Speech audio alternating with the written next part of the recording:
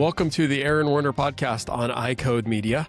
I've been looking forward to today's conversation because I get to reintroduce. I think you've been on here before, Daniel. Well, I've been on the Book Nerds. It's the first one. You've been on Book. That's right. You've been on Book Nerds. Yep. But a good friend of mine, Daniel Palmer, and Daniel not only introduced me to one of my favorite books, Story Brand, Sweet, by Don Miller. I have it, but I still have the card that that you put in there, and you know, the whole inside, like, it's called good marketing. Yeah.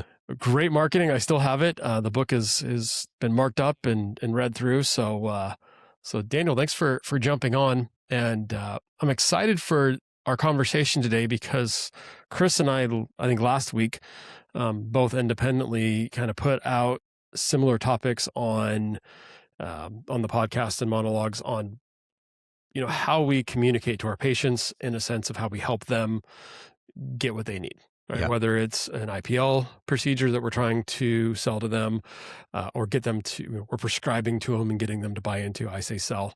And if that bothers you, good. That's right. Not you, but the listener, because I want to make people a little bit uncomfortable on purpose and challenge us.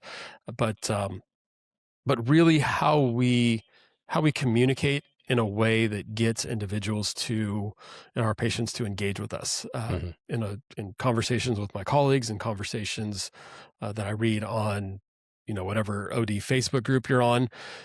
Frequently I'll see and hear, you know, my patient wouldn't do this. They're sleeping in their contacts. They're not taking their medicines. They're not doing something. And I take personal offense to it because I've got their best intentions at heart. And I believe that. When I hear them say that, what I'm really hearing in the back of my head is this person doesn't know how to communicate properly. This person being the doctor, right? They're upset that what they wanted to happen didn't happen. And so they're taking an affront. They're putting the responsibility on the patient, which there is some responsibility that lies there. But if it's to the point where you're really frustrated and upset about it, then there's probably something we can do about it. And what we're missing is that structure. Yeah. Of how do I communicate in a way that the individual trusts, respects, and then takes action on whatever I'm telling them to do. Yeah. Does that make sense? No, yeah, it does. I think that, and I'm not a doctor, so I don't sit in that seat quite often, but I do in any sales position or any position where you're not used to communicating in a sales type manner, we tend to wing it. We tend to think my knowledge is enough. And if I have enough knowledge, then my conviction is enough to convince them to move forward. And we were just talking earlier about the concept of conviction. And I think that's the fundamental. You have to believe in your product or service. That keeps you from sounding salesy, which is what you said earlier, because you actually believe in it. And it's actually your responsibility to pass that on to your patients. But once beyond the kind of the conviction and the fundamentals of actually understanding your product, then there is a framework, there is a way to communicate to patients in a way that solves the problem, helps them understand why it means something to them and why they should move forward, gives them the ownership of that decision, and then convinces them that you have what it takes to solve the problem for them. And that's kind of Story Brand wrapped up into like 2 sentences or so. Into 2 sentences? Yeah, I love it. Yeah. So we started jumping into the conversation. For those who didn't meet you when we had you on Book Nerds way back when, give us the quick intro. Who is Daniel Palmer? What do you do? Yeah. And why am I excited to have you here? We'll see. We'll find that out. My name is Daniel Palmer. I am a fractional CMO as the Chief Marketing Officer. I work with all sorts of companies, but I tend to spend most of my time with optometry offices. I started working with optometrists about 4 years ago with a small office in Illinois, still a client of mine, a great doctor. He kind of started surpassing really growth standards for a single office, single practice, a single doctor practice, and just had great success. So I was like, hey, I can do this. We're actually getting some traction. So I niched down into optometry and have loved it. Met some really great folks in the industry. And so that's about me. That's about it for me. Cool. And you have a really cool name for your business, right? So it's a little short story. It's called Morther, Morether, and it's a word my daughter, who's at the time she was 3 when I started the company. She's now almost 13. So it's about a 10-year-old company. She just came up with the word more there, and it stuck. It just means more than more. It's just more there. Mm-hmm. And a little short story on her too. She was actually born with a cataract when she was, we saw it when she was about 2 months old. And so she's had surgery. We've been in and out of optometry and ophthalmology offices for most of her life. And so another little kind of tie into the optometry space. But so I do have a kind of a personal passion for ensuring optometrists have what they need to grow their businesses. So nice. It's amazing to me how small this world is. Yeah. Right? And what was it, the 6 degrees of Kevin Bacon? Right. I think I'm finding it a lot smaller even in optometry. Yeah, it's interesting, Aaron. There's an office here in my hometown in Temple. It's called View Optometry, and I met them through some of my connections through the industry just recently, like in the last 6 months. Come to find out, they had owned an office that had taken care of my daughter doing vision therapy about 4 or 5 years ago, right around COVID time, and met another vision therapist through them as well. So just a really neat connection in that space. Not only to hopefully I can help them in the marketing, but they're helping my family and my girl figure out her vision right now, which is kind of cool. So it is a small really cool. world. Yeah. Nice. Yeah. And yeah, it's neat to have that story and have that experience. I'm sorry that your little girl. Yeah, she's doing great but now. It's and you guys had to have that experience. But it is kind of neat to to come at it from a patient perspective, exactly. The parent of a patient perspective, and then looking behind the curtain to see, what we're dealing with on our sides of the deal. Yeah. Yeah. When we go to appointments, the doctors and the staff are pretty quick to realize that like, this guy knows more than the average patient. I'm trying to lead them on. I'm like, so if this is the next step, how are you going to tell me this is the next step? If you're selling me glasses, how are you selling me glasses? Yeah. And so it is a little fun to kind of know a little bit behind the scenes what's going on. That's very cool. So, so let's talk about what we started and dive deeper into it, because I believe, and tell me if I'm wrong, and you've worked with lots of doctors as well. I believe that as primary eye care physicians, we have the best interests of patient in mind. Yeah. Sometimes even too much so, when we don't want to charge them what we need to appropriately charge them, because we feel for them from a financial standpoint. Yeah. Now we don't really feel for the insurance company. We're happy for them to pay us as much as we can get. Different podcast, different topic, but right. But we do have their best interest in mind. Where I think we fall short is in how we communicate what we're hoping for them to do. I think sometimes we almost get so excited on all the different ways we can help them that we treatment recommendation word vomit all over the patient. Right. So they came in saying, either I need new glasses, I need new contacts, or you bugged the hell out of me to come in for my annual exam. So I'm here. Right. And that's what I'm here for. And we give them that plus a dozen other things all at once. And then we're surprised when nothing happens. Yeah.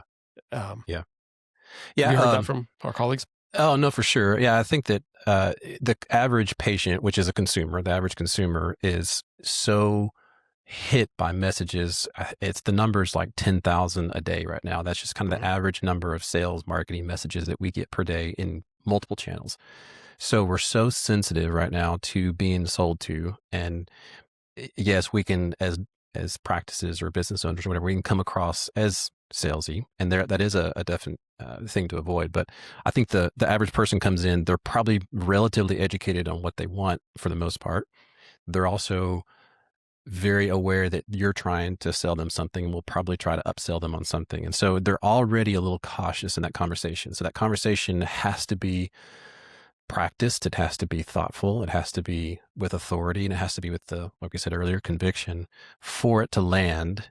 And it actually has to identify specifically the thing that is the problem, even if they're not sure what the problem is when they come in. And that's the doctor's job, to help uncover that and ask the right questions and then make the right recommendation. And then you actually can ask for the sale. And it's truly an ask. It's not, hey, I think you should do this. Let me know what you want to do. It's a specific yes or no question that we have to go for. So I think that's kind of the fundamental problem, is that I think doctors are super excited for a treatment or something that they believe will fix the problem.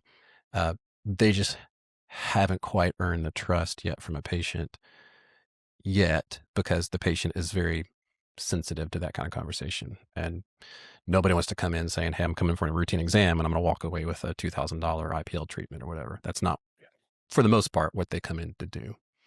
Yeah, no, exactly. And I really like Daniel Pink's definition of sales. And Daniel Pink's written a book, To Sell is Human, that I really like. I like his definitions on this. And I'm going to not quote it exactly, but basically he's saying we're asking in sales, you're asking somebody to trade resources, time and money. Right.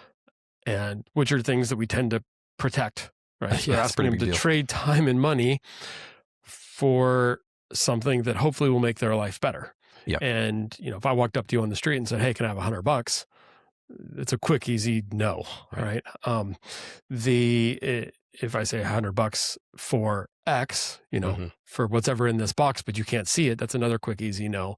Yeah. Unless you've got trust in me and you go, hey, you're the guy that I give you $100 and there's 10,000 in the box. I've seen that on TikTok. I've seen it on Instagram. Right. Absolutely.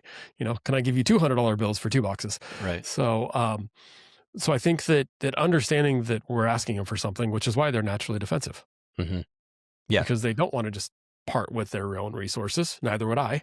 Yeah. Unless there's a good reason to do so. Yeah. And that's conveying, I think, both value and trust. And value, actually, trust is built into value, where if you can reduce whatever pain point I have and do it in a way that's on my timeline, that's quick, and if it's a pain point or if it's just fixing a problem with my kid or whatever's going on, if you can do that and you've built enough, I know that you can do it because I trust you, because you've built up enough authority and you've proven that you have what it takes to solve my problem, then that value equation reduces the money equation, where money just isn't as much of a conversation as it is can you solve this? What do I have to do to get it to be solved? And can you do it quickly? And that's the highest return on value possible. So understanding kind of that equation removes some of the stigma of the costs. Sure, cost is always going to be an issue, and there's people who, for whatever reason, can't afford your service. That's just part of the gig. However, when you can reduce the time it takes to solve it, if you can prove that you have what it takes to solve it, and you can reduce the effort it takes for them to solve it, then that value skyrockets, and that's a big deal for any medical provider, specifically optometry. Oh, absolutely. I'm also convinced that there's very few people that can't figure out how to pay for something they want. True. Right. I've heard all the time, I can't afford this. I just bought a new BMW. I'm like, well, or I'm going to Hawaii, right? Yeah. You can't do what you need to do. Value piece. You can do what you want to. It's the value. I may skimp on go for the 1-ply toilet paper, but I'm going to spend a fortune on an iPhone. Not yet. We haven't gotten there yet. We're not close. Yet. Okay. Well, I got note kids. to self: bring my own toilet paper to your house. So if I were to, I'm gonna ask you. I think I know what your answer on this is. Yeah. But if you were to be a fly on the wall during the sales process conversation, so if we took the whole sales process, which can be long and multiple, interactions, whatnot. But if we were to simplify it down, and you were a fly on the wall, how do you break it down for us, like the individual pieces of that conversation? And is there a pattern that it has to go through? Is there an order that it has to go through to get to a more, the ideal yes at the end? What does that interaction look like? Yeah. Well, there's a ton of sales frameworks out there. There's hundreds of them. But they tend to follow a pattern, at least the newer ones that I've seen. And some of it's related to StoryBrand, which you can read the book or you can kind of talk through a little bit of that. I'm gonna share one that I think is interesting, because it's not like, hey, if you do this exactly with these scripts, then it's magic. It just kind of talks through basic human discovery, just asking good questions. And the guy's name is Johnny Holston. He's a friend of mine. He's also a story brand guide, and he has a book called How to Fix Your Broken Sales Calls. I don't know if I'm allowed to share all the framework. I'm going to do it anyway because he's a friend and I can ask for forgiveness later, but I'll send him the podcast. You're in a safe circle with a couple thousand listeners. We're all under there. Yeah, I don't know if he'll ever catch it. We'll see. If he does, it'll actually be a good thing. But he just kind of starts with, like similar to story brand, you start with the pain. Like you need to pinpoint what the problem is. And that's just good discovery questions. And every good doctor should understand how to find out what the issue is. If there's an issue, we don't need to make up issues. But if there's something that we can solve, figure that out. What's the thing that's bothering people? The next thing is and these can all happen. The hard part about being an optometrist is you guys got to do this like in minutes. You don't have a long sales cycle. But the next thing you got to do is you got to qualify them. And all that means is this person a person who would qualify for my product, whether it could be financial, that's definitely not, whether it's an insurance thing or a self-pay thing. Do they qualify because they're the decision maker? So a lot of times people say, hey, I got to go home and talk to my spouse about this or whatever. And so you're trying to understand how they're making decisions. That's the qualify portion. So you're just asking questions to help do that. The next piece is you're showing them the actual solution. So you say, hey, here's what I have to solve the problem. Here's the different treatment options. It could be, it's myopia management, dry eye, you name it. Here's the thing that I think is the best fit for you. And then you're answering questions. So this is the Q&A. This is where ask what you got, and I'm going to do my best to fill in those gaps for you. And you're just listening, answering their questions. And then you want to give them a very specific plan. Again, kind of going back to story brand. You have a plan. Say, great. This is what would happen if you move forward. 1, 2, 3. Keep the plan simple. And that could be we're gonna have you come up for a follow-up assessment just to make sure that I'm confirming what I found today. And then we're gonna set you on a treatment option. You're gonna come back every 3 months, and whatever the actual protocol is. And then the final thing is, and this is probably the hardest. You know this because we talked about this before. The hardest is what's the actual next step, or asking for the sale, right? Yep. And that's where we tend to leave it open-ended, or it's kind of where the room gets awkward and people don't actually ask the right questions. And it should be a yes or no answer. And that's what I always say. It's just, you've had this good conversation. You're convinced that this is you're convicted that this is the right fit for them. The patient has asked all the questions that they know, and you can tell they're convicted and convinced. Now, are you ready to move forward? Can I introduce you to our optician, or whatever the next step is? And they might say, you know what, I still need to think about it. And you can address, well, have I addressed any questions? Is there anything else that, you can kind of try to pull what the think about it is. What's the thing you're trying to think about? Yeah. And again, it could be that they're just not ready and they truly do need to move or talk to somebody, whatever. But you do want to get at least a no from them. Say, no, not today. Instead of, this is the options, let me know what you want to do. Because then they don't have any autonomy to actually answer that question with a yes or no. And that helps you with the authority in the room. You want to control the conversation, right? You want to control it in a way where you know the outcome, even if the outcome is no, which is better than I'm not sure or I don't know. Yep. So that's kind of a basic framework. I like that. Let's stay on that last no for a little bit. Yeah. I talked to a handful of colleagues and their staffs and said, what's the, what answer you're trying to get to? You want to get to yes. If you don't get to yes, what's the next best answer? And almost universally, they all said, well, anything other than a no. I disagree Which I laughed at because it's from all sales training that I've taken and tried to read up on, the number one answer is yes. The second best answer is no. Yeah. And I've got my thoughts from the reading as on to why, but this is your expertise field. Why do we tend to be afraid of no? And then 2, why do we want to get to no? And why is that a pretty good answer? Yeah. Well, no, obviously removes any ambiguity. And so you're not just continuing to fish. And at some point, if the patient truly wants to say no, but they don't know how to say no, then you're just annoying them because they're clearly decided in their minds. They're just not ready to actually vocalize that. So you want to keep that relationship where at some point it might become a yes. So honestly, the best way to a future yes is to get a no right now instead of an I don't know, or I'm frustrated, or I'm not ready to move forward. And now you're starting to push me now I'm starting to get annoyed at what you're doing. So the no is actually a better answer. And I would even actually give them permission to say no. Like that's actually kind of a reverse psychology thing too, to say if I ask for a yes or a no, not today, then that gives them a clear path and builds trust, honestly, because then they say no, great. At your next visit, let's just have a conversation because this is clearly a problem. We think that we have a solution for it. And let's talk the next time you come in. Can we schedule? And then you look for the next yes, which could be, can we schedule your next follow-up appointment? So you're just moving down. What's the top yes I'd like? Great. I got a no. Let's move to the next yes. And then you just continue to move down until you get some sort of yes, which is a commitment to yes, let's schedule next year, or let's schedule 6 months or whatever. Yeah, I think that's the reason why you want to get a no. It also, I think, to me, it gives the doctor or whoever's trying to make the sale, it gives them confidence so that they can go back and say, look, I did this and I got a no. Is there anything I can do to fix that? And it's kind of a little self-training type piece that they can work on. Type deal. Yeah. I like that. I liked your explanation better than what I had. Mine was as simple as it shows commitment from the patient or the customer on something. Yeah. If they never commit to something, I'm never going to get a yes commitment either. That's right. Yeah. If I can't get a no commitment.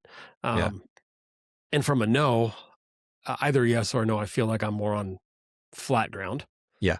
And solid ground, a foundation I can build off of. I can't build off of a maybe. Yeah. Or not, even not right now is a no. Yeah. Because now I can say, okay, well then when? That's right. What do we need to do to when? So, so I think not being afraid of that no is an important aspect, even getting to the no. I want to say there's a book somewhere called Getting to Know. Probably some sales book, but should write it. I should. So cool. The Myopia Collective. CooperVision and the AOA have partnered in a groundbreaking initiative to change the way optometrists in the U.S. treat children with myopia. The purpose of the Myopia Collective is to rally the profession of optometry and its allies to interrupt the status quo and elevate the new standard of care for children with myopia. Every individual is encouraged to become a member of the collective. By joining, you commit to taking action to help slow the progression of myopia in children. You'll receive updates and information about the collective and its work in the fight against myopia, gain access to educational opportunities and resources offered by the collective, and hear from change agents, the ambassador optometrists selected to serve as advocates for community and policy change that facilitates the mission of the collective. Scan the QR code or click on the link in the show notes to join the collective today. In the past, our focus revolved around prescribing MacuHealth or MacuHealth Plus to patients at risk of macular degeneration, while also recommending it to collegiate and professional athletes for enhanced contrast sensitivity in sports performance. However, this year's introduction of the Life Meter has been a game changer. The Life Meter revealed a concerning truth. Many of my patients have alarmingly low skin carotenoid levels, indicating potential deficiencies in essential body tissues like the retina and brain.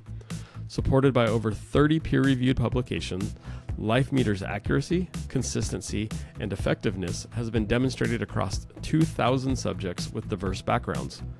With this newfound insight, I can now have meaningful conversations about carotenoid levels with all of my patients, even those who may seem outwardly healthy. To learn more about this empowering technology, feel free to contact your MacuHealth representative or click on the link in the show notes. Together, let's optimize patient care and elevate their well-being. So going back to your explanation, and one of the things I wrote down while I was listening to you is, as the customer, which is the role you were playing, you said, "What can you do for me? Me." Yeah. There was a lot of me as the customer, and not a lot of actually, no, how can I help you as the salesperson? The patient's not saying, "Hey doc, how can I help you?" Right. The patient's saying, "Hey, what can you do for me?" Right. So this is my story. I like it. Everything is about them. Yeah. And you also said frequently asking questions. Yeah. Which, if I'm honest, I'm not good at. And I was even worse at before, until I had Chris come and watch me do an exam. And he was like, "Yeah, you were great. And you just gave lots of really good dissertations." But by the end, she was already checked out and back onto her phone. That's right. So our intent is to make it about them. Mm-hmm. I suspect we make it too much about us helping them as opposed to about them. And I think there's a distinction in there. Yeah. Have you seen that?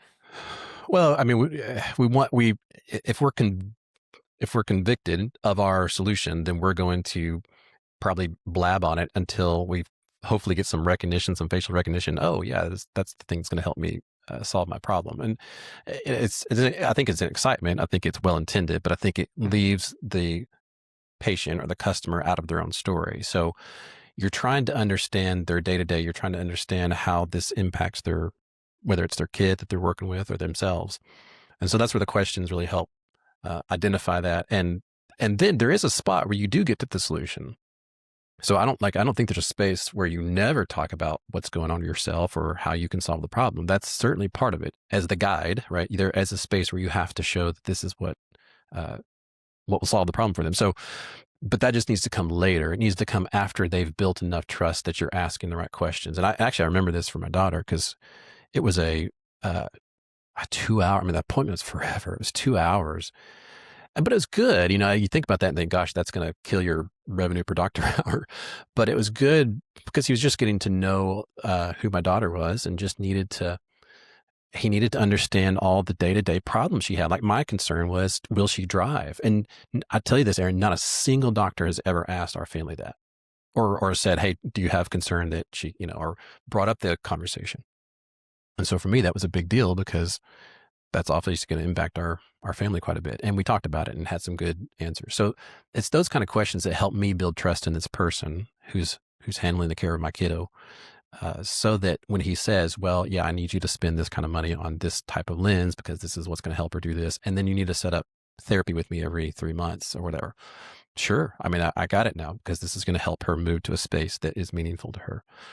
And that's when I talk about building that discovery before you pitch the solution is really critical. And that it's hard to do in a 10-minute window, but it can be done if it's done intentionally and done and practiced and done well, I think. Cool. No, I agree. How do you, when you're working with your optometrist specifically, because I hear ask questions, and immediately said, oh no, I'm going to have to, have just hours and hours on my exam now because we're just going to get down to these discussions. Is there a structure that I can build or that I should be building so that I'm asking the same questions or at least trying to get to the same endpoints? Because I think I would like to think there's a way to have that conversation in 5 to 7 minutes that feels like it's more meaningful, that it's longer than it really is, because I don't need to, talk about what you named your new puppy and everything else. I can guide the conversation without making it feel like I'm trying to silence the patient or only get certain information back. I think first of all, the framework helps. So when you kind of write down, here's exactly how the whole thing should go. And then underneath those pieces of the framework, you're asking some very specific discovery questions that, lead you to whatever solution you're trying to go for. And that could be lifestyle dependent. It could be age dependent, patient dependent. And to me, it's just being thoughtful ahead of time. So when I say sales process and scripts, I'm not a huge fan of like reciting just scripts verbatim. I think they can be helpful to guide us. There are some that love to do that, but I think you have to have the framework to say, these are the questions in this situation. This is going to get us to this answer. And then I would say role play it. It's classic sales practice is you have a slow day, you have an admin day, whatever you're going to call it. And you take one of your opticians and you run them through the whole process and say, this is like, let's pretend you're the patient and you've got a family and practice it. We just, again, I think I said it earlier, you can't wing this stuff. Sales, even if you believe I'm really good on my feet, I'm really good with my knowledge, it's still not a muscle that everybody has naturally. And so you have to, and it takes the whole office. It's not just the doctor. You're passing it to the optician. They've got to actually have the same chops to be able to move the patient to whatever the sale is. So role play the thing, run it through. It's fun. Have fun with it, and it's awkward as heck, but it's role play and fun are not two words that ever feed them pizza afterwards. Do sentence. something fun afterwards. But yeah, I think someone would actually like it, believe it or not. You and I probably not as much though. No, role play's not as fun. I mean, I agree with you. And I've talked to it multiple times on here about how Yeah. to, I've tried not to call it role playing. I try to call it practice. There you go. Because Yeah. at least then when I work with my staff in offices and say, hey, we're going to practice this, they don't realize that it's role playing until we actually start the role playing, and they go, you bait and switch. You don't get the eye rolls. Yeah.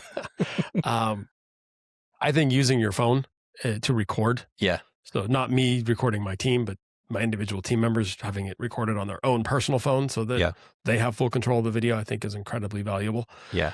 To go back and watch.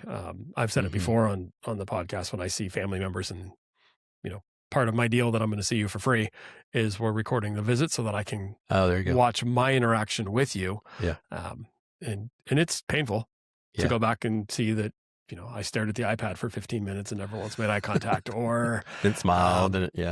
Whatever the case is, I stopped mid-sentence, or maybe I mumbled, or maybe they asked me a question and I didn't respond back to. Or didn't actually answer it, right? Or didn't answer, exactly. Yeah. But the more I look at it, I can improve myself and be aware so it doesn't happen. Yeah. The next do you time. guys, let me ask you this, Aaron, do you guys record in your office with, do you have a HIPAA recorder or just a standard kind of AI recorder? Have you ever used that before? So we don't, in California, you can't audio record without two permission, which is why I do it with family members. Yeah. Because that's their, my kids will say no. My wife's going to say, my wife will say no if she wants to, but she doesn't. But my nieces and nephews, it's in an environment where it can be safe. Honestly, the other thing that it helps is that it keeps me on task because I know I'm being recorded for the visit. That's right. So with family, sometimes you can gear off into, what are we doing for Thanksgiving holiday type of conversation. So it keeps the practice, it keeps the visit focused. Yeah. And they kind of, like it. I'll ask them for feedback as well. And everybody loves giving feedback. Yeah. Yeah. So, especially family. Especially family. But I've used that to help. The rest of the time when we record, we do it in the office. I bought a tripod that has a little iPhone holder on it. Yeah. And so during our hour-long weekly team meetings every Tuesday morning, not all of them, but sometimes we'll, hey, here's what we're going to talk about. And I want a 30-second script on life meter. Yeah. Because y'all work at the front desk. So when somebody comes in, I want 30 seconds of you telling them what it is. Yeah. I'll record it on your phone. And then once you do your spiel, the team will, give some constructive feedback. Usually it's all very positive because the team wants to help each other, right? You're like, you stumbled over that really well, but that was terrible, but you look great doing it. But they realize that nobody in there is good until they've practiced it. Yeah, it's hard. And there's usually one person that's really good and I ask, why did you do this so well? And they said, I was so scared that, I spent hours rehearsing it in the mirror. I'm like, well, that's why you're so good, Yeah. But I think that there's some basic things that we should be able to communicate and how we communicate. So I agree with you that the role playing and practice is super important. Yeah. Yeah. And I think that, again, I don't want to just hit the framework so hard, but just if you're thinking through the whole journey, like this is where I'm trying to go with this conversation, and in your head, you're kind of checking off the boxes and saying, you're listening because that's part of the deal too, but okay, great. I figured out what the problem is. I think I know exactly what they need, but I pinpointed that they certainly qualify. And now I think I can actually share the solution, and I'm excited to share it because I've listened and I've heard what they need. And then you go into the Q&A and then you're giving them kind of next steps. Even if the next step is, we don't really know what the problem is, so we need you to come back in 6 months just to see if it's progressed or whatever. Yep. We need to monitor.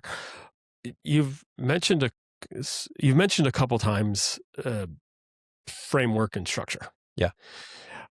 I think that a natural tendency is and mine was at least, was to avoid that because I'm a doctor. I've gone through training. I have all of the tools at my hand. I don't want to be boxed in. I want to be able to be free to go where I need to go. Once we implemented framework and structure, and look, it's not easy. I mean, I flew Chris out twice to San Diego to work with the team because it's not easy. Yeah. What I realized during that structure is I was more free during the structure than I was without it. Yeah. Because decisions were pre-made in the structure when we built the structure so that I didn't have to make them on the fly. Kind of like driving, right? When you show up to a green light, I know I can keep going. When I show up to a red light, I know to stop. When I show up to a yellow light, I know to go really fast so that I can get through it before it turns red. You drive like we do in Texas. That's good. Yes. but those decisions are pre-made. I don't Yeah. have to stop and think, what's going to happen. And I can trust if I have a green light that the cross direction is stopped. Yeah. So I don't have to panic about looking to Should see I stop? if Should I- somebody's coming through. Should I stop? Should I not? What's going to Right. happen? I'm not thinking, is somebody going to T-bone me, because I trust that they're also following the same structure that I am. Yeah. Which, nobody's going to T-bone each other in the office, but if all my doctors, if all my staff, if everybody's following the same structure, we don't run into each other figuratively or literally. Yeah. So it becomes more free. And as I'm trying to enroll somebody, let's use IPL for an example, if they don't have meibomian gland disease, I don't need to go down the IPL road, right? I've disqualified them. If they have it and they have said, hey, and I ask them a couple probing questions and they're not interested at all, right? I know it's going to take a little bit more work. Yeah. If they come in saying, hey, my eyelids are bugging the crap out of me, what can we do about it? Well, we've gone through the first couple steps really quickly. Yeah. Right? They've qualified themselves. Yeah, that's right. I don't have to go back and try to hit it, and so there's different ways I can address them, but I know the structure along the way. Yeah. Yeah. I mean, and honestly, that's across the whole business. So whether it's sales or in your marketing side too, there's structure to that as well. There's, and I've said this before, the whole, if I feel like I have the knowledge and I'm pretty good on my feet, then I tend to be able to wing it. And I've run my practice by myself, seems to be okay. You start adding people to the mix, you start adding different treatment types to the mix, different protocols, all that stuff becomes, it starts to bottleneck. It's almost like, you said the red light, green light stuff. I think of it like a budget too. And I learned this early, just as a young adult, where it feels more free not to have a budget because you're just blowing through money. And why should I have any restrictions on what I want, especially if I've got the income to do it? But you put restrictions in and it actually, I feel like, frees you more because it says, I have this allocated for my vacation this year, so I feel great. Or I have this allocated for the new deck that I need in the back of my house, so that feels great. And that's the same thing. You need the structure to actually be able to move within that structure so that, your elbows, you're not hitting everybody else. And it actually shows progress because the structure is it's just discipline 101. I mean, it's the same for anything, weight loss, exercise, all of it. Just, you have to have some sort of structure to make it happen. Yep. No different for sales. Yeah. Yep. I like that. And then I want to circle back to kind of where we started at the beginning too, where we talked about conviction, right? Because at the end of the day, I don't think we ever sell anything or get somebody to accept our recommendations or our prescriptions, however you want to phrase it. Yeah. At the end of the day, I think it's selling. Again, you're trying to get somebody to trade resources, time and money, or inconvenience, or, sometimes discomfort for something that'll leave them better off in the end. Yeah. And, but you can't do that if you're not convinced that what you have really works. Yeah.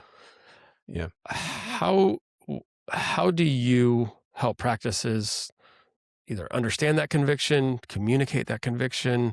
What's the way that that you need them to do it? I can't just say, hey, I'm convinced, I'm convicted, right? How do they kind of get to that point or convey it once they are? It's a good question because it's tricky because I did work with a practice for a while that it was a huge operation. And it felt like my role I was their CMO. My role as a CMO was to make as much money for the practice as possible. And so when you say conviction, the conviction that I was being given was we need to make more money. And so I don't tend to work with, that didn't last very long. It just didn't.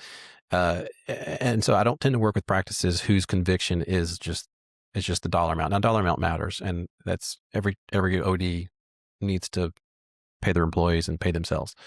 Yeah. But if the conviction is, I truly have, when I'm buying equipment, when I'm introducing new treatment options, when I'm, whatever it is, that I truly believe that what I can do can change lives, then that's obviously, I think every OD should have some version of that conviction to get into practicing. So I'm pretty good about weeding that out first. If I can tell that that's what the motivation is to actually help patients, then the rest of it's fairly easy. I will say this, Aaron, I think, and I don't want to step on too many toes on this one, but I do believe that practices, and particularly ODs, especially those who own their own practices and are just driven people, they're just movers, they're growers. They tend to get excited about new stuff and new equipment and new pieces and new things. And so their conviction kind of comes along the lines of, I'm so convinced that this piece of equipment or this treatment option is so great that I'm going to push it to all of my patients as much as possible. And so that's where conviction can kind of overstep actual discipline of, is this truly what's right for my patients? Is this what really works for them? So I've done this in the past with doctors to say, hey, we're kind of getting into a different lane with this. This isn't quite who you are. This isn't quite the niche you've carved out. Your patients don't quite fit this this piece of equipment or this treatment you're trying to introduce. It sounds great and it possibly can make you a lot of money, but it's not quite the focus and not quite I call it, it's the Jim Collins hedgehog concept. It's the thing that you're the best in the world at, right? Yep. And if it's not that, then maybe it's not the right fit. Maybe not yet. Yep. Yeah. I like that. And I think Ben Hardy talks about flywheels too. So same type of deal, right? What's your key flywheel? Yeah. I agree with you wholeheartedly. I think that as entrepreneurs, we get excited about opportunity. Yeah.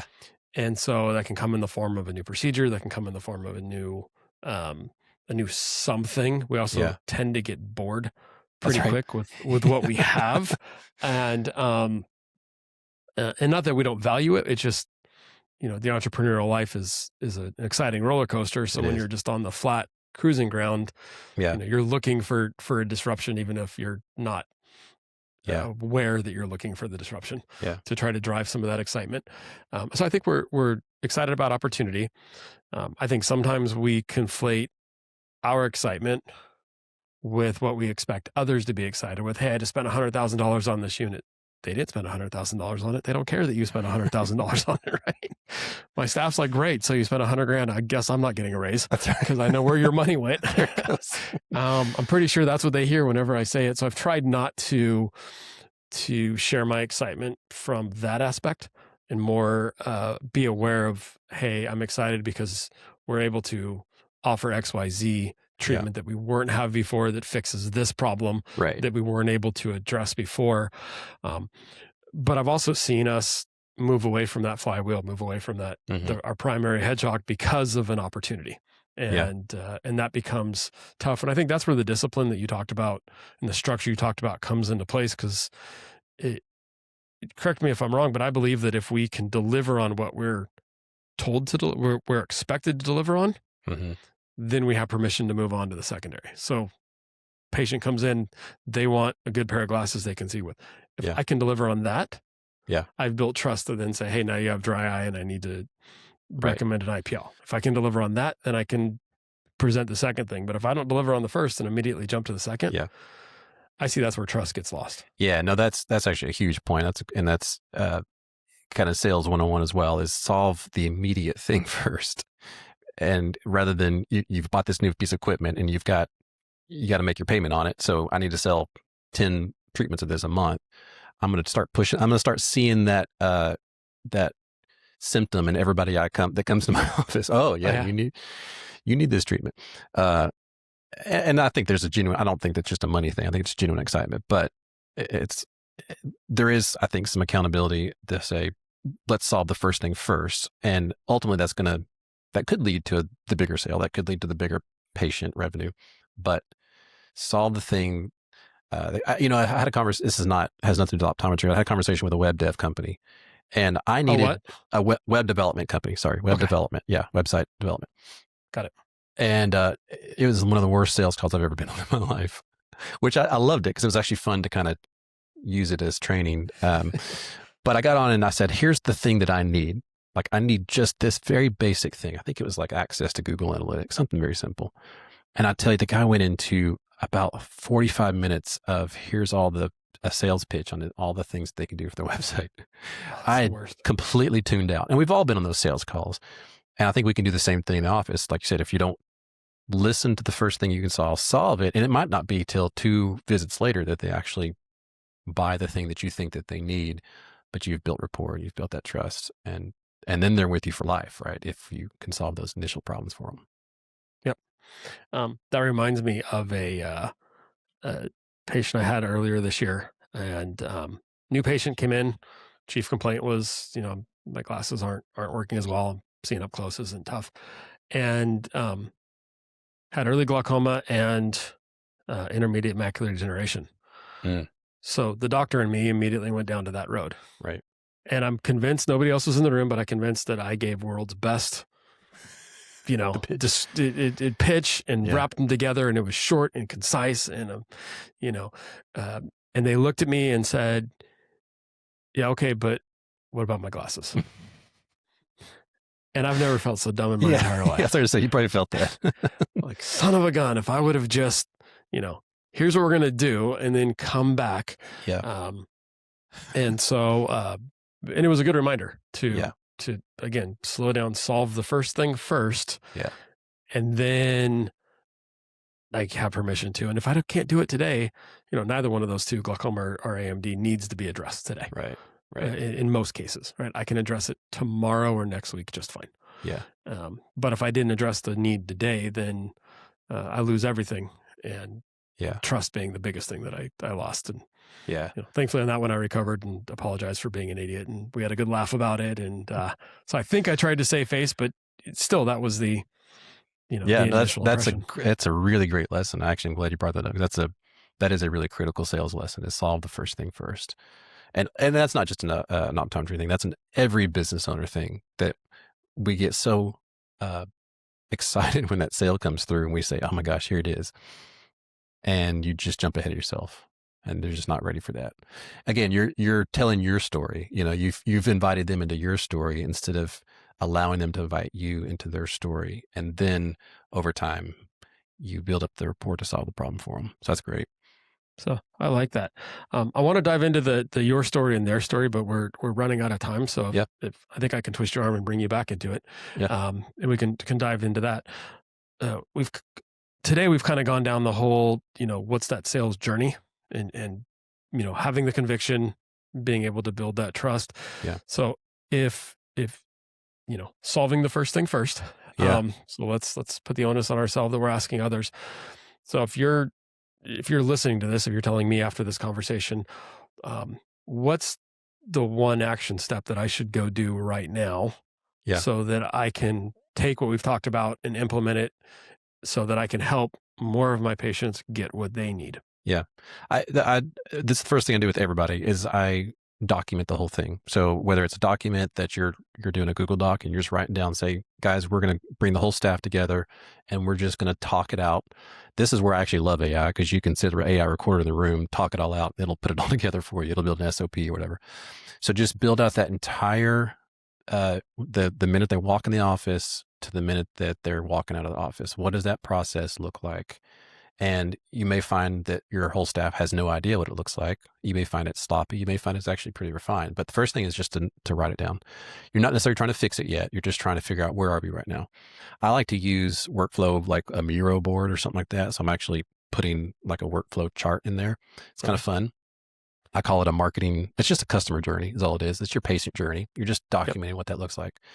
And then you can identify gaps and say, okay, our handoff to the optician is sloppy. The doctor doesn't walk the patient to the optician, or the optician doesn't come into the room, whatever. You just figure out where your gaps are. It could be a recall issue, like why do we have appointments being missed? Because maybe there's a recall issue or a reminder issue that we need to deal with. And you're just trying to figure out these little bitty tiny things, and you figure out 20 little small things. And that's a pretty giant change in the practice if you can do that. So, and that includes the sales process. And that includes, how are we talking about our products? How are we asking the right questions? So it's a lengthy, boring process, but it's the first thing you got to do before you start fixing stuff. And then you can actually start building assets, whether it's sales scripts or sales frameworks or handoff protocols, or all the different little pieces that you need. But if it's not written down, it's just going to be in your doctor's head, and nobody knows what to do with it. So I like that. So when you say AI recorder, I'm assuming just, your Chat GPT, Gemini, whatever. You can do that. I use actually, as I was going to bring it up earlier, I use a tool called Plod, Plod. Yeah. It's an AI recorder. It's actually, from my understanding, HIPAA compliant. So I don't know if it's HIPAA compliant in California. Don't quote me on that. However, they claim to be HIPAA compliant. So it's phenomenal. I use it for all of my in-person meetings. And it's got better microphones than your phone. It's got a longer battery life. And then you just plug it into you got an app, and then it just uploads and gives you a summary. It's a pretty powerful tool. I love it. Nice. I like that. Yep. So just records the conversation that you're having, which probably isn't too bad of you said it might be a little bit boring. I'm not sure if that was the word you used, but whenever I give my staff, hey, what can we do better? They're loving to tell me everything that I can do better. It depends on how you frame it. Yeah. If you frame this, if you frame the story differently, it works. Yeah. So what's our journey? Cool. And then I think that I like that. So frame your journey, write down your journey, see where the the rough points are, right? Yeah. The bumps in the road are. And cool. Yeah. I mean, it sounds fairly easy. It's just, gosh, I talked to so many practices who just didn't even know it. They just show up in the morning and say, I guess this is what I'm supposed to do. And so obviously this also helps with onboarding and training new staff. And so there's a lot more repercussions to actually having a process than just defining the process. It's a big deal. I like it. Cool. Well, Daniel, appreciate the time. I'm gonna twist your arm and we'll get back and talk about story, right? Our story and their story, because I think that's an interesting concept to really dive into, certainly coming from the story brand. That's right. Yeah. Model. Yeah. Cool. Yeah, it'll be fun.